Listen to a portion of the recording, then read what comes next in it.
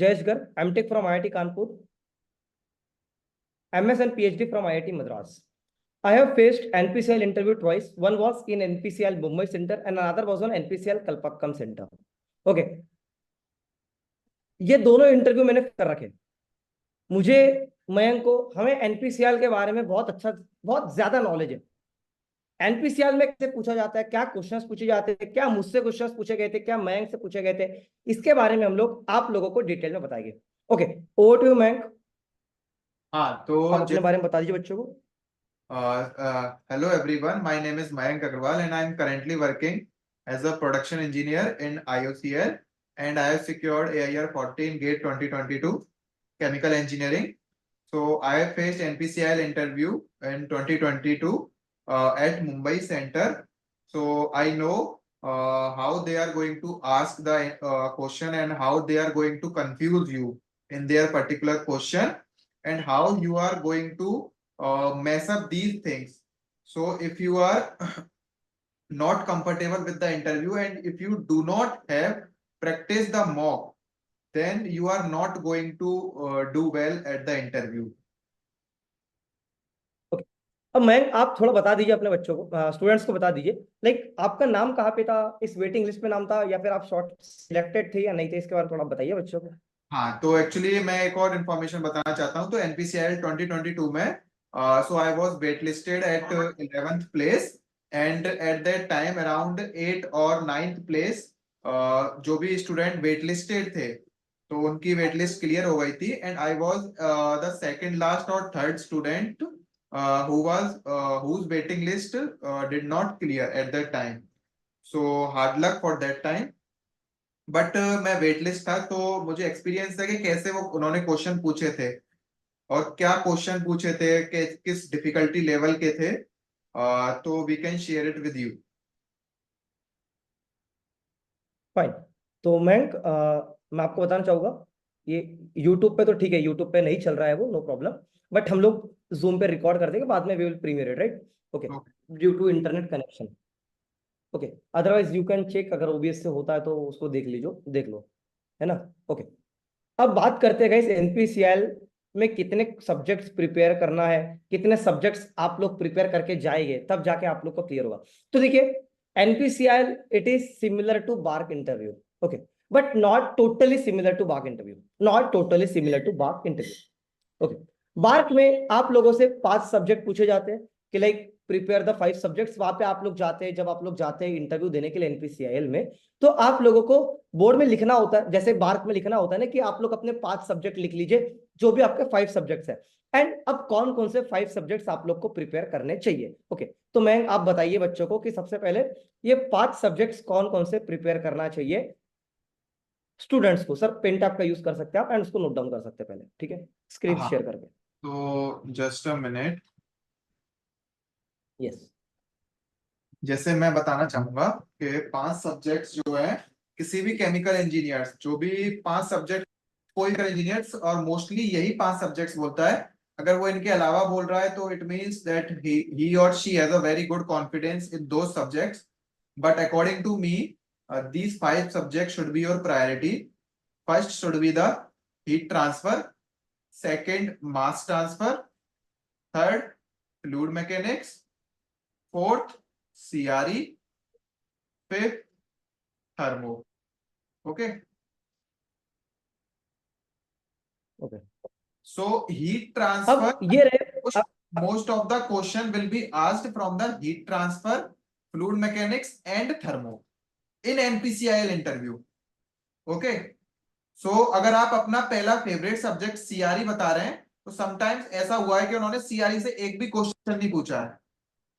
Because जैसा कि last ही interview में हुआ था, जैसा कि जयेश भी बताएगा कि लास्ट इंटरव्यू में उनसे डायरेक्ट मना कर दिया था 2022 में कि अगर आपके सीआरई फेवरेट सब्जेक्ट है that we are not going to ask any question in the CRE और we are not going to जज you on the basis of CRE. Okay, so if they are going to जज you on which subject, so that is heat transfer, mass transfer, fluid mechanics and thermodynamics. Yes, अब बात करते हैं हम लोग। देखें, mass transfer में आप लोग जानते हैं कि आप लोग पढ़ते हैं डिस्टिलेशन। अब डिस्टिलेशन कहाँ पे यूज होता है? ये आईओसीएल में रिफाइनरी में यूज होता है। अब आप सभी लोगों को ये तो पता ही होगा कि एनपीसीआईएल जो है, एनपीसीआईएल एक पावर प्लांट है। यहाँ पे आपका पावर जनरेशन होता है। तो क्या आप मुझे बताएंगे कि पावर जनरेशन के केस में आप मास ट्रांसफर के क्या यूज हो सकता है, मास ट्रांसफर का कहां पर यूज हो सकता है? ओके, इसीलिए एनपीसीएल में मास ट्रांसफर एंड सीआरई से क्वेश्चंस कम होते हैं। एक एग्जांपल मैं आप लोग को देना चाहता हूं। CRE, mister Samyak Jain, all India rank 98 in the GATE 2022, currently working as an IOCL officer. इन्होंने भी सीआरई अपना फेवरेट सब्जेक्ट बोला था। हमारी बात है, date was 24 June 2022। I and Samyak और हम लोग एक साथ ही इंटरव्यू दे रहे थे। सम्यक का मेरे पहले इंटरव्यू था एंड मेरा सबसे सेकंड लास्ट इंटरव्यू था। सम्यक ने जाके बोल दिया कि सीआरई मेरा फेवरेट सब्जेक्ट है। सीधा इंटरव्यूअर ने उसे बोल दिया कि we are not going to ask you single question from CRE. Chemical reaction engineering is not, we do not have any use of CRE in NPCIL. ठीक है। अब दूसरी चीज, क्या प्रेशर वेसल्स पढ़ना चाहिए? क्या आईपीसी पढ़ना चाहिए? तो मेरा आंसर है बिल्कुल यस। मेरा आंसर है बिल्कुल यस। क्यों?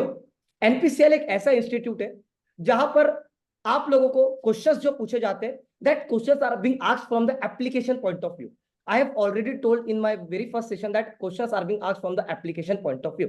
I have faced NPCL interview twice and I was just waitlisted by 0.25 marks. एक 0.25 मार्क्स से मेरा रह गया था। I agreed with that. Okay, and मैं आपको क्लियरली बोल देता हूँ, I was not interested to join NPCIL and not in any of the PSU. That is not my interest. My passion is teaching, so I am more interested toward teaching. Okay, इसीलिए IIT Madras से PhD मैंने join कर लिया। Fine. दूसरी चीज, अब application point of view से questions आपको पढ़ने कैसे है? अब बच्चा क्या होता है, बार्क इंटरव्यू में ग्राफ ग्राफ ग्राफ ग्राफ बहुत करता है। Okay, graph NP BARC interview में सीआरई के भी क्वेश्चंस काफी पूछे जाते हैं। आई ग्रेड, उसमें कोई प्रॉब्लम नहीं, कोई दो राय नहीं है। आप लोगों ने कोरा से क्वेश्चन देखा होगा, मार्गदर्शन की बुकलेट होगी, वहां से भी आप लोगों ने क्वेश्चंस देखे होंगे। बट क्या ये ट्रू है? मैं इसके ऊपर में आप थोड़ा बताइएगा, एनपीसीएल में क्या ये ट्रू है कि क्या थ्योरी क्वेश्चंस पूछे जाते हैं एनपीसीएल में, या फिर practical and application based questions पूछे जाते हैं एनपीसीआईएल में, जहां से critical thinking, situational thinking, analytical thinking जहां पे आपका चेक करते हैं, उसके ऊपर है? बताइएगा मैं। हाँ, तो जैसा कि देखो, बार्क और एनपीसीआईएल जो है वो एक डिफरेंट इंस्टीट्यूशन है। ओके, सो अगर आपको लग रहा है कि बार्क में जो क्वेश्चन पूछे गए हैं वही सेम पैटर्न एनपीसीआईएल में होगा, then I think you have misunderstood the both interview. Okay, तो बार्क में जो आपसे क्वेश्चन पूछे जाएंगे वो आपसे टोटली थिंकिंग बेस्ड क्वेश्चन पूछे जाएंगे। ओके, ऑन द स्पॉट आपको थिंकिंग करना होगा। कोई नहीं जानता कि वो नया क्वेश्चन क्या पूछ सकते हैं, आउट ऑफ द बॉक्स जाकर पूछ सकते हैं। आपको कैसे आंसर करना है केवल वो आना चाहिए। ओके, जबकि एनपीसीआईएल में क्या होता है, उनके 40 to 50% जो क्वेश्चन है वो जस्ट बेसिक्स पूछे जाते हैं। For example, what is heat transfer, what are the different mode of heat transfer, what are the example for the conduction, convection, radiation. Okay, how do you calculate the rate of heat transfer if there is one slab which is having temperature at T1 and temperature at T2, then how you are going to derive this equation. So these are the basic equations. Okay, apart from this आपसे application based भी question पूछे जाएंगे NPCIL में। For example, जैसे कि suppose you are living in a society and you are suppose आप morning walk करते हैं, तो मॉर्निंग वॉक में आपके पास किस टाइप का हीट ट्रांसफर हो रहा है। So this is the application based question. Okay, so surrounding आपके जो भी सिनेरियो अकर हो रहा है, जो भी सिनेरियो हैपन हो रहा है, जो भी सिनेरियो हो रहा है सराउंडिंग में, जो भी एक्टिविटीज हो रही है, तो उसको आपको ध्यान में रखना है।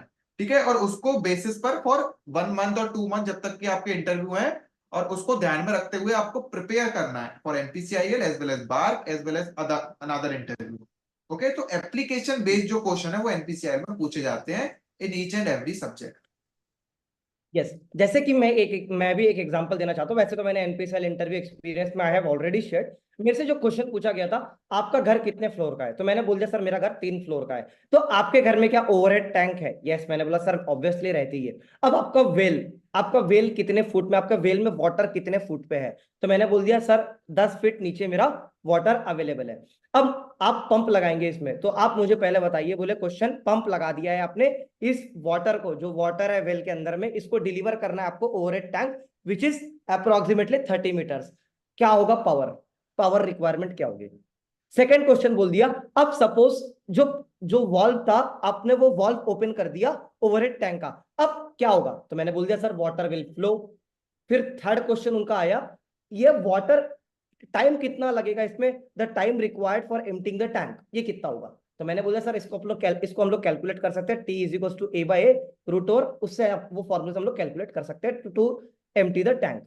The next question was asked like, क्या आप मुझे इसका हाइट वर्सेस टाइम का ग्राफ बना के दिखा सकते हैं? क्या आप मुझे वेलोसिटी वर्सेस टाइम का ग्राफ बना के दिखा सकते हैं? क्या आप मुझे रेंज वर्सेस रेंज का ग्राफ बना के दिखा सकते हैं? रेंज का। अब रेंज क्या होती है? रेंज क्या होती है? सभी लोगों ने पढ़ा होगा कि range is U square sine two theta by G, ये होता है। अब यहां पे मैकेनिक्स भी क्वेश्चन आ गया, तो ये होगी थोड़ी सोचने वाली बात। यहां पे आप लोगों का क्रिटिकल थिंकिंग, एनालिटिकल थिंकिंग, आप कैसे सोच पाते हो, उसको इंप्लीमेंट कैसे कर पाते हो, वो मैटर करता है। Okay, coming back to the topic. अब प्रिपेयर कैसे करना है इस हीट ट्रांसफर को, फ्लूइड मैकेनिक्स को, थर्मोडायनेमिक्स को, मास ट्रांसफर को, सीआरई को। ओके, मैं तो आप लोगों से कहूंगा कि आप लोग गए, अभी टाइम बहुत कम है, आप लोग 3 सब्जेक्ट प्रिपेयर करके जाए। अगर आप लोग 3 सब्जेक्ट भी प्रिपेयर करके जाते हैं तो इनफ है केमिकल इंजीनियर्स के लिए। And that 3 subject should be, one should be heat transfer, another should be fluid mechanics, third subject should be thermodynamics और मास ट्रांसफर, थर्मोडायनेमिक्स और मास ट्रांसफर। आप लोग 3 सब्जेक्ट प्रिपेयर करके जाए। अब प्रिपेयर कैसे करेंगे ये 3 सब, तो फाइन। अब आप लोग 3 सब्जेक्ट प्रिपेयर कैसे करेंगे? अब आप लोग 3 सब्जेक्ट प्रिपेयर कैसे करेंगे? ओके, तो मैं आपको बता देना चाहता हूँ, देखो, जो हीट ट्रांसफर है, फ्लूइड मैकेनिक्स है, थर्मोडायनेमिक्स है, इसका ऑलरेडी सबसे पहले आप लोग गेट का पढ़ के आते हैं, प्री गेट का आप लोग पढ़ के आते हैं। तो आप लोग को क्या करना है, आप लोग ने जो भी पढ़ के आए उसको आप लोग को सबसे पहले रिवाइज करना है। क्या करना है? उसको रिवाइज करना है। ओके, रिवाइज कर लोगे तो आपका जो बेसिक अंडरस्टैंडिंग है, बेसिक कॉन्सेप्ट है, वो आपको आपके दिमाग में आ जाएगा। Okay, fine. सेकंड स्टेप क्या होनी चाहिए? अब क्रिटिकल थिंकिंग, एनालिटिकल थिंकिंग सोचेगा कहां से, सोचेगा कहां से एस्पिरेंट? ओके, तो मैं आप बताइएगा कि चयन बैच में हम लोग ने कैसे बच्चों को सोचने पे मजबूर कर रहे हैं हम लोग, उसके ऊपर थोड़ा आप बताइए। यस। हाँ, तो अपना जो बैच चल रहा है उसमें अपन हीट ट्रांसफर, मास ट्रांसफर और फ्लूइड मैकेनिक्स, सीआरई और thermo, I guess FM, CRE and thermo, ये तो मोस्टली कंप्लीट हो चुका है, हीट ट्रांसफर भी कंप्लीट होने वाला है। तो उसमें अपन क्या करते हैं कि जस्ट आपको जो भी आप प्री गेट में पढ़ के आए हैं, फॉर एग्जाम्पल जैसे आप कंडक्शन पढ़ के आए प्री गेट में, ओके, हीट ट्रांसफर की बात करते हैं, कंडक्शन पढ़ के आए, तो कंडक्शन के क्या एप्लीकेशन हो सकते हैं, ठीक है, ये तो आपने नहीं पढ़ा होगा प्री गेट में। कंडक्शन के बेसिस पे क्या आपके पास ग्राफ प्लॉट हो सकता है, ओके, क्या ग्राफ प्लॉट हो सकता है जब हीट जनरेशन हो रहा होगा, जब विदाउट हीट जनरेशन हो रहा होगा तो क्या ग्राफ प्लॉट हो सकता है, अनस्टडी स्टेट के केस में क्या ग्राफ प्लॉट होगा। तो ये सारे एप्लीकेशन बेस्ड क्वेश्चन होते हैं।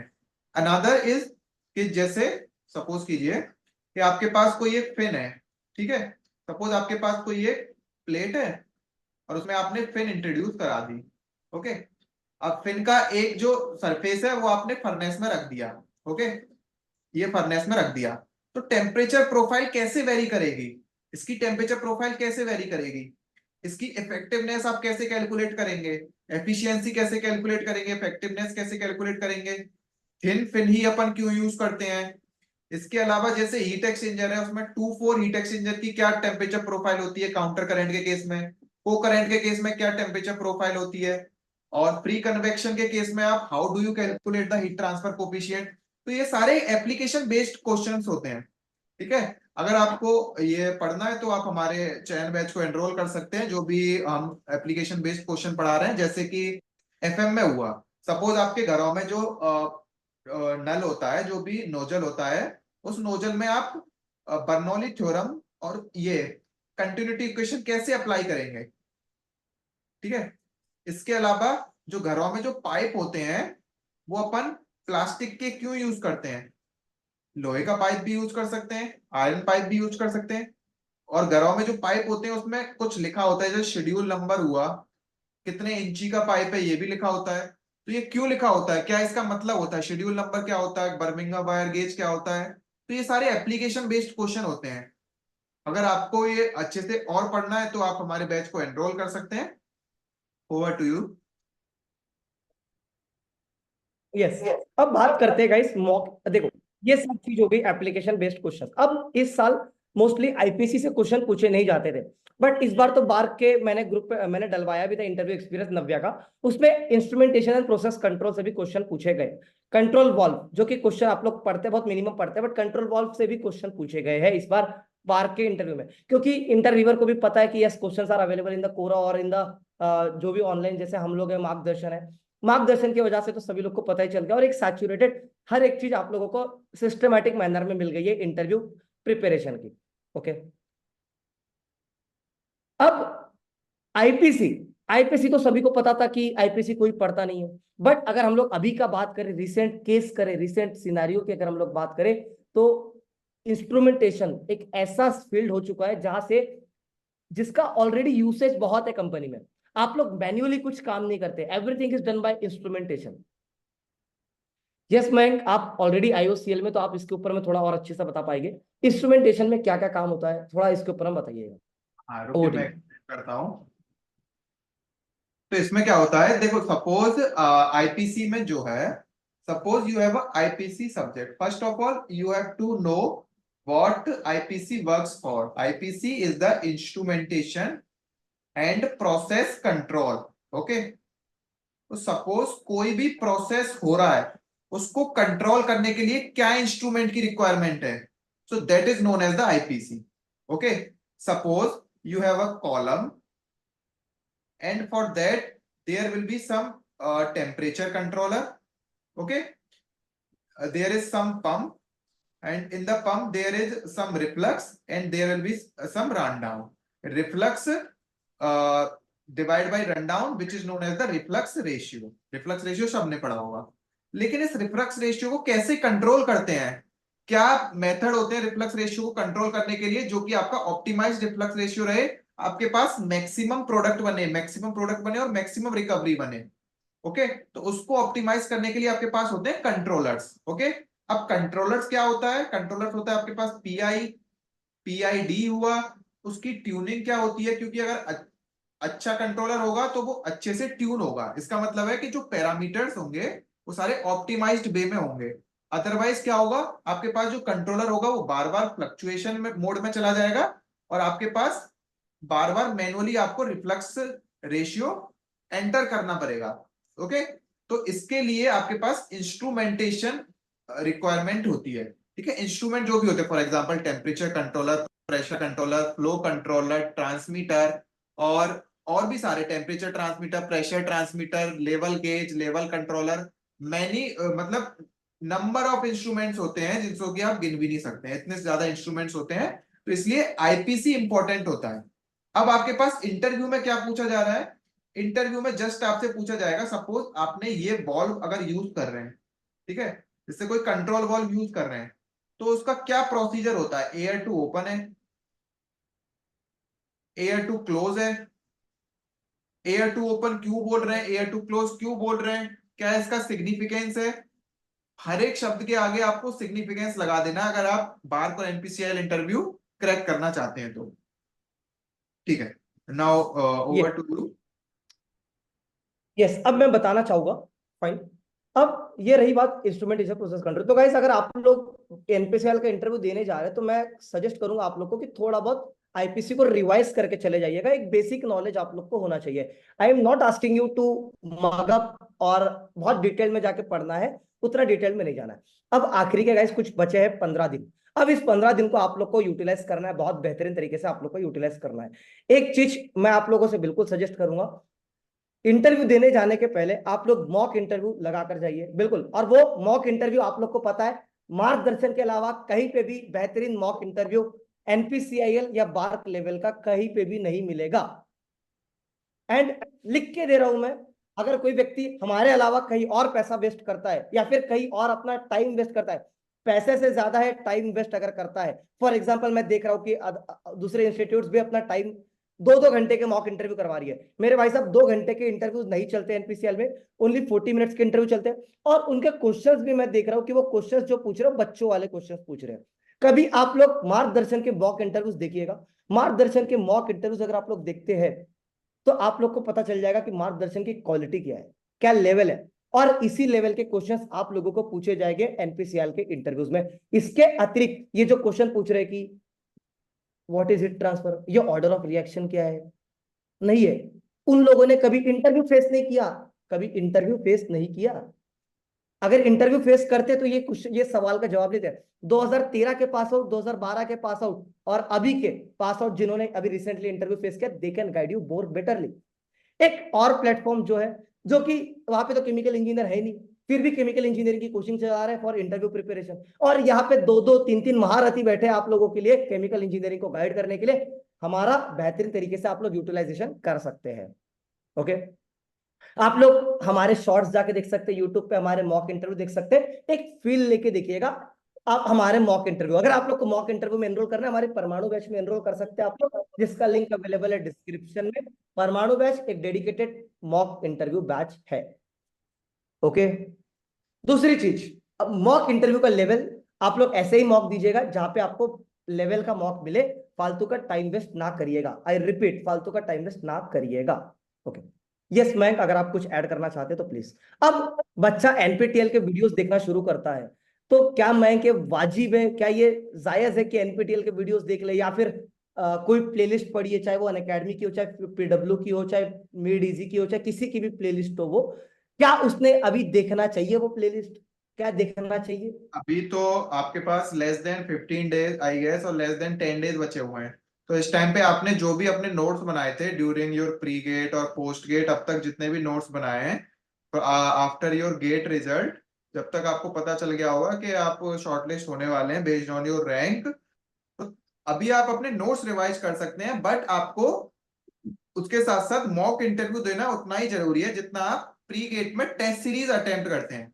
ठीक है, अगर आप टेस्ट सीरीज अटेम्प्ट नहीं करके जाते हैं तो now you are gonna mess up at the final GATE paper. So similarly here, if you are not going to attempt the mock interview before going your final interview, then it is 110% sure that you are going to mess it up at the time of interview. Interview में क्या होगा कि आप कुछ भी बोल रहे होंगे और आपको पता नहीं चलेगा और आप कंफ्यूज होते जाएंगे। तो एक टाइप के आप एक स्पाइडर में फंस चुके होंगे और जिसमें आपको फिर यही होगा कि सॉरी सर, सॉरी मैम, और आप नर्वस हो जाएंगे और आपका इंटरव्यू वहीं पे खराब हो जाएगा। तो इसलिए अगर आप चाहते हैं कि आपका जेन्युइनली इंटरव्यू लिया जाए, तो आप हमारे जो भी डिस्क्रिप्शन में लिंक है परमाणु कोर्सेज को बाय कर सकते हैं। हम आपके मॉक इंटरव्यू शेड्यूल करा देंगे, जो भी हमारे एक्सपर्ट्स हैं for chemical engineers as well as mechanical engineers, electrical engineers और सिविल इंजीनियर्स, इन सब के हमारे पास एक्सपर्ट्स अवेलेबल हैं। तो हम आपके मॉक इंटरव्यू शेड्यूल करा देंगे।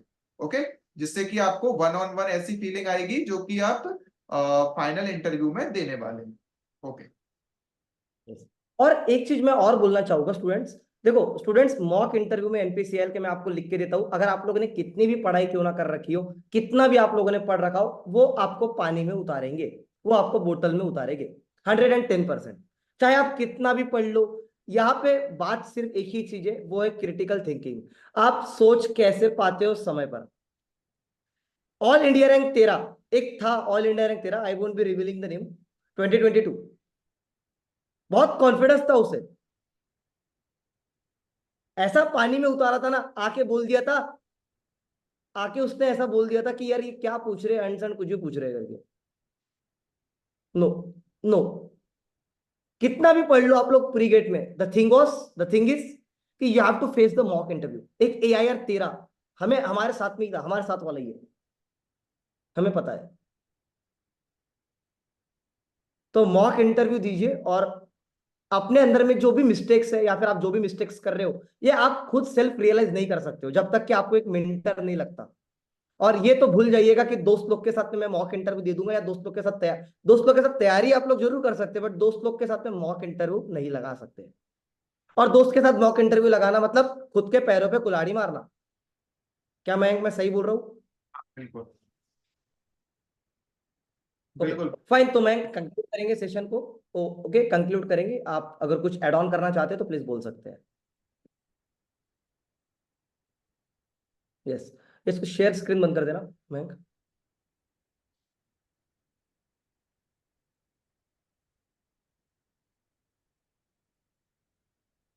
Yes, we can conclude Mayank. हाँ, we can conclude it now. So conclusion यही है कि अगर आपको फाइनली अपने आप को पाना है कि आप एनपीसीआई साइंटिस्ट बने, तो जो भी 1500 स्टूडेंट सेलेक्ट हुए हैं और उनमें से आपको अपने आप को डिफरेंट फाइंड आउट करना है। तो आपको सबसे पहले तो यह है कि फाइनल इंटरव्यू में कोई भी ब्लंडर नहीं करना है। मींस जैसे आप प्रिपरेशन कर रहे हैं, जितना भी प्रिपरेशन किया है, उसी को फाइनल इंटरव्यू में आपको वहां पर बोलना है। फॉर एग्जाम्पल, अगर आपने heat transfer, mass transfer, fluid mechanics prepare किया है, तो यही फाइनल इंटरव्यू में बोलना है। ये नहीं बोलना है कि थर्मो से क्वेश्चन पूछे जा रहे हैं तो मैं, फॉर एग्जाम्पल आपका 10th इंटरव्यू है, at the date of interview आपका 10वां इंटरव्यू है। ओके, अगर आपको लग रहा है कि थर्मो में क्वेश्चन पूछे जा रहा है, मैं फेवरेट सब्जेक्ट थर्मो बता देता हूँ या बता देती हूँ अपनी फेवरेट सब्जेक्ट, तो you are gonna mess it up very badly at the time of interview. तो आपको वो इतना मतलब नर्वसनेस फील करा देंगे कि आप एक भी क्वेश्चन के आंसर नहीं दे पाएंगे। And believe me, it happened when you are going to face the interview, that it will definitely happen। अगर आप फुल्ली प्रिपेयर नहीं है, या आपने फुल्ली मॉक इंटरव्यू अपने शेड्यूल नहीं कराए हैं, या फिर किसी के साथ आपने प्रिपरेशन नहीं की है, तो definitely it is not going to work at the time of interview. Yes, मैं एक चीज और बोलना चाहूंगा मैं। एक होता है कॉन्फिडेंस लेवल, एक होता है कम्युनिकेशन। देखो कम्युनिकेशन में ऐसा नहीं है कि आप लोग को इंग्लिश बोलना काफी जरूरी है या फिर 100% जरूरत है। There is no need of speaking English. Okay ठीक है, हमारा कॉन्फिडेंस, हमें इंग्लिश आती है, we are confident in speaking English, तो हम लोग इंग्लिश में अपना इंटरव्यू दे सकते हैं। बट जरूरी नहीं है आप लोग, अगर वहां पे आप लोग हिंदी में स्टार्ट करते तो आपका इंटरव्यू हिंदी में स्टार्ट होगा। अब हमारे कुलदीप राठौर सर है, जो कि खुद एलपीसीएल में भी वर्क करते हैं मैकेनिकल इंजीनियरिंग के, उन्होंने अपना इंटरव्यू हिंदी में दिया था and he is selected, he is working in NPCL. Selected क्या, एनपीसीएल में वर्क कर रहे हैं। तो लैंग्वेज का कोई बैरियर नहीं होता, बट आपका कॉन्सेप्ट अगर आप लोग का स्ट्रांग है, आपका टेक्निकल नॉलेज स्ट्रांग है, आपका थिंकिंग एनालिटिकल पावर आपका स्ट्रांग है ना, तो यस, कम्युनिकेशन मैटर नहीं करेगा। बिल्कुल, communication doesn't. Fine, communication doesn't matter. Okay. और कॉन्फिडेंस बिल्ड करना, मैं आपको बताता हूँ, ये जो कॉन्फिडेंस होता है, कॉन्फिडेंस आपका 3 चीजों से आता है। सबसे पहला होता है अगर आप लोग के पास में टेक्निकल पावर, टेक्निकल अगर आपका काफी स्ट्रांग है, अगर आपका टेक्निकल स्ट्रांग है तो आपका पहले नंबर पे कॉन्फिडेंस बढ़ जाएगा। दूसरा चीज, अगर आप लोगों ने मॉक इंटरव्यू लगाए रहे होगे तो आपको अंदर से फील आएगा, यस मैंने तो इतने सारे मॉक इंटरव्यू लगा रखे हैं, तो ऑब्वियसली मैं इजीली क्रैक कर लूंगा। तीसरी चीज, जब आप लोग मेंटर के साथ में या फिर जो भी एक्सपर्ट है वो आपको जो फीडबैक प्रोवाइड करेंगे, आप लोग उसके ऊपर में वर्क करेंगे और अपने अंदर में इंप्रूवमेंट लेकर आएंगे, है ना। और अगर आप लोग उसके ऊपर में वर्क करके इंप्रूवमेंट लेकर आते हैं तो वहां से भी आपका और कॉन्फिडेंस बिल्ड होता है। और ये 3 चीजें अगर आप लोगों ने कर ली तो 100% you are definitely going to crack the any of the interview, not only बाक, एनपीसीएल और IOCL, you are going to crack any of the interview. This is my last and final words of this session. Okay. Yes, over to you, man. Or we will be ending the session. तो final words यही है कि अगर Yes. आप finally अपना selection चाहते हैं और फाइनली सीरियस हैं कि आपका एनपीसीआईएल में सिलेक्शन हो, आप उन 1500 1600 जो भी बच्चे सेलेक्ट हुए हैं उनमें से आप 80 90 की लिस्ट में आना चाहते हैं, तो फर्स्ट थिंग कि आप अपनी टेक्निकल नॉलेज स्ट्रॉन्ग कीजिए। सेकंड थिंग, आप अपने मॉक इंटरव्यू शेड्यूल कराइए और इंटरव्यू में एक दिन पहले चले जाइए। ये नहीं कि आप 8 बजे इंटरव्यू है तो आप 6 बजे पहुंच रहे हैं, ठीक है, तो it is not going to work at the date of interview. इसके अलावा आप इंटरव्यू में कोई भी ब्लंडर मत कीजिए। अगर आपको लग रहा है कि ये क्वेश्चन मुझे नहीं आता है, तो डायरेक्टली उसको 1 2 सेकंड सोचने के बाद, 5 to 10 सेकंड सोचने के बाद उसको डायरेक्टली बोल दीजिए कि sir I do not know this question, so it will helpful if you will give any hint. Okay, so अगर आप ऐसे बोल देंगे तो उनको ऐसा लगेगा कि आप इसको ईगो पे नहीं ले रहे हैं क्वेश्चन को। तो ये है हमारे फाइनल वर्ड्स। अगर आप चाहते हैं कि आपका मॉक इंटरव्यू शेड्यूल हो, तो आप हमारे परमाणु बैच के साथ एनरोल कर सकते हैं। उसका लिंक डिस्क्रिप्शन बॉक्स में दिया हुआ है ऑलरेडी। तो आप जाइए और हमारे परमाणु बैच को एनरोल कर सकते हैं। Yes. Okay. So fine guys, we will be ending and concluding the session. Thank you and have a nice day guys. और अपने फ्रेंड्स के साथ में जरूर शेयर करिए हमारे मार्गदर्शन के बारे में। एंड मार्गदर्शन एक ऐसा प्लेटफॉर्म आप लोगों के लिए आ गया है जो कि डेडिकेटेड केमिकल इंजीनियरिंग से है, डेडिकेटेड केमिकल इंजीनियर से आपको यहाँ पे डील कर रहे हैं। और मॉक इंटरव्यू का ऐसा कोई भी प्लेटफॉर्म नहीं था, बट हम लोगों ने तैयार किया ये प्लेटफॉर्म को। तो ये हमारा फायदा उठाइए। हमारे जो रिसोर्सेस है वो आप लोग को पता ही है, क्वालिटी रिसोर्सेस है, उसका यूटिलाइजेशन करिए, है ना। Mock interviews dedicated working PSU working experts आपका लेते हैं, उनका फायदा उठाइए। जितना ज्यादा आप लोग फायदा उठा सकते हैं, एक अफोर्डेबल प्राइस में आपको दे रहे हैं। ऐसा भी नहीं कि 5-5 हजार 10-10 हजार लूट रहे, no.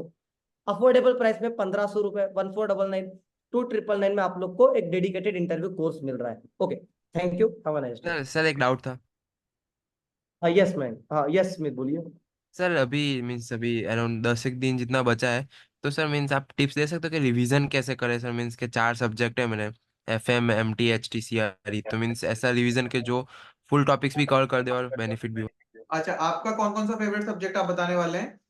Sir FM HT MT और CRE। FM HT MT और CI। तो FM में सबसे पहले आपको पंप्स पढ़ना है, पंप्स के जितने भी टॉपिक्स हैं। And then you have to go compressor for some knowledge. Compressor आपको पढ़ना है कि उसमें रेसिप्रोकेटिंग कंप्रेसर, सेंट्रीफ्यूगल कंप्रेसर, और उसमें जो पंप पंप में कैविटेशन होता है, तो कंप्रेसर में भी एक चीज होती है, ओके, तो वो आपको पढ़नी है। ठीक है, उसके लिए आप मुझे मैसेज कर सकते हैं, मैं आपको बता दूंगा कि वो क्या चीज होती है, similar to pumps cavitation, okay. And then you have to write Bernoulli equation, continuity equation and Navier Stokes equation, उनके applications in FM. Okay, HT में आपको पढ़ना है conduction, convection, radiation, heat exchangers और उनके जस्ट सम टेम्परेचर प्रोफाइल। ठीक है, जो भी मैंने कवर अप कराया हुआ है टेम्परेचर प्रोफाइल। इसके अलावा मास ट्रांसफर में आपको पढ़ना है डिस्टिलेशन, डिस्टिलेशन के क्या पैरामीटर्स हैं, फ्लडिंग, बीपिंग, कोनिंग, क्या कर्व होते हैं इनके, और absorption, extraction, that's it. Okay, अब इसके अलावा सीआरई में आपको पढ़ना है combination of reactors. So they are going to ask you in the combination of reactors only at the NPCIL interview. Otherwise, they are going to ask you very basic question like what is CSTR, what is PFR, and what is the basic difference between CSTR and PFR, what is Dampoler number.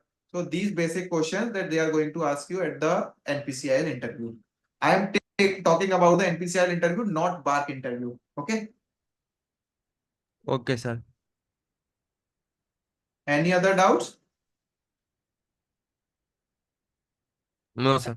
Okay, fine. So we are ending the session. Fine. Have a great day, guys.